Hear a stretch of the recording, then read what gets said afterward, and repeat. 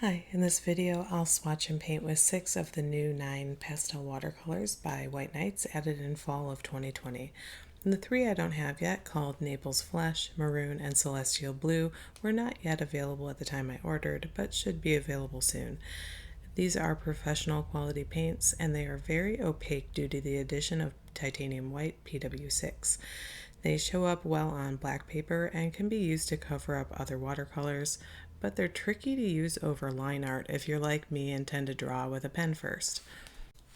When talking about opaque watercolors, it's important to distinguish some differences between these and gouache, as well as the difference between being opaque versus chalky.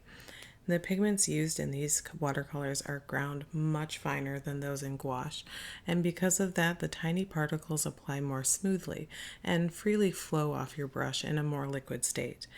The quality PW6 used here is unlike the gritty PW18 chalk and other fillers commonly used for opacity in cheaper paints. Other than cloudy opacity, the word chalky is often used to describe binder issues, such as the tendency to rub off the page when dry, like a dusty sidewalk chalk, which is not a problem here.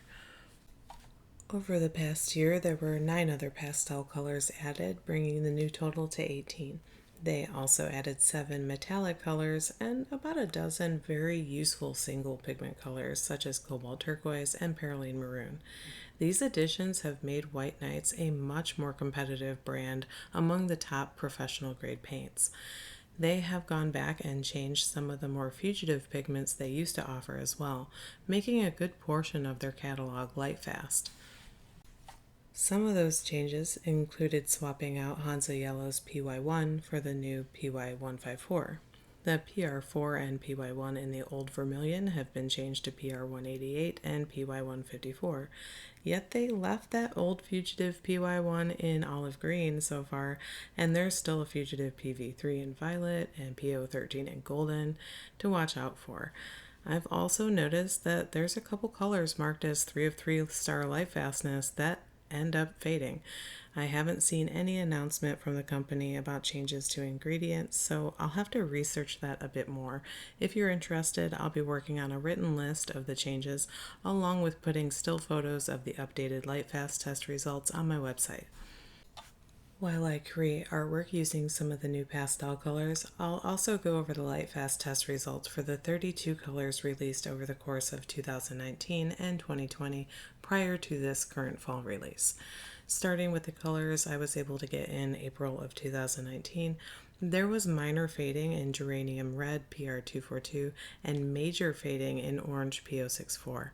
I will be doing a video about the problems with PO64 in the future because I've discovered that quite a few brands have labeled this pigment as Lightfast, but it is indeed fugitive in all of them. Regarding the October 2019 release, all of the metallic colors were Lightfast with no fading after daily sunlight exposure in a window for 7 months. While these mica-based colors are generally sparkly, they are definitely less reflective than brands like Coliro, Finetech, or Paul Rubens. I did, however, really love the smooth opaque coverage that laid down less streaky than other brands. In November 2019, I started testing the lovely 6 blue and pink pastels that worked so well with each other. I found that while mostly stable, there was some minor darkening in lilac PV19 and the pink PR122. There was subtle fading in corals PR242 and moderate fading in rose quartz PR170.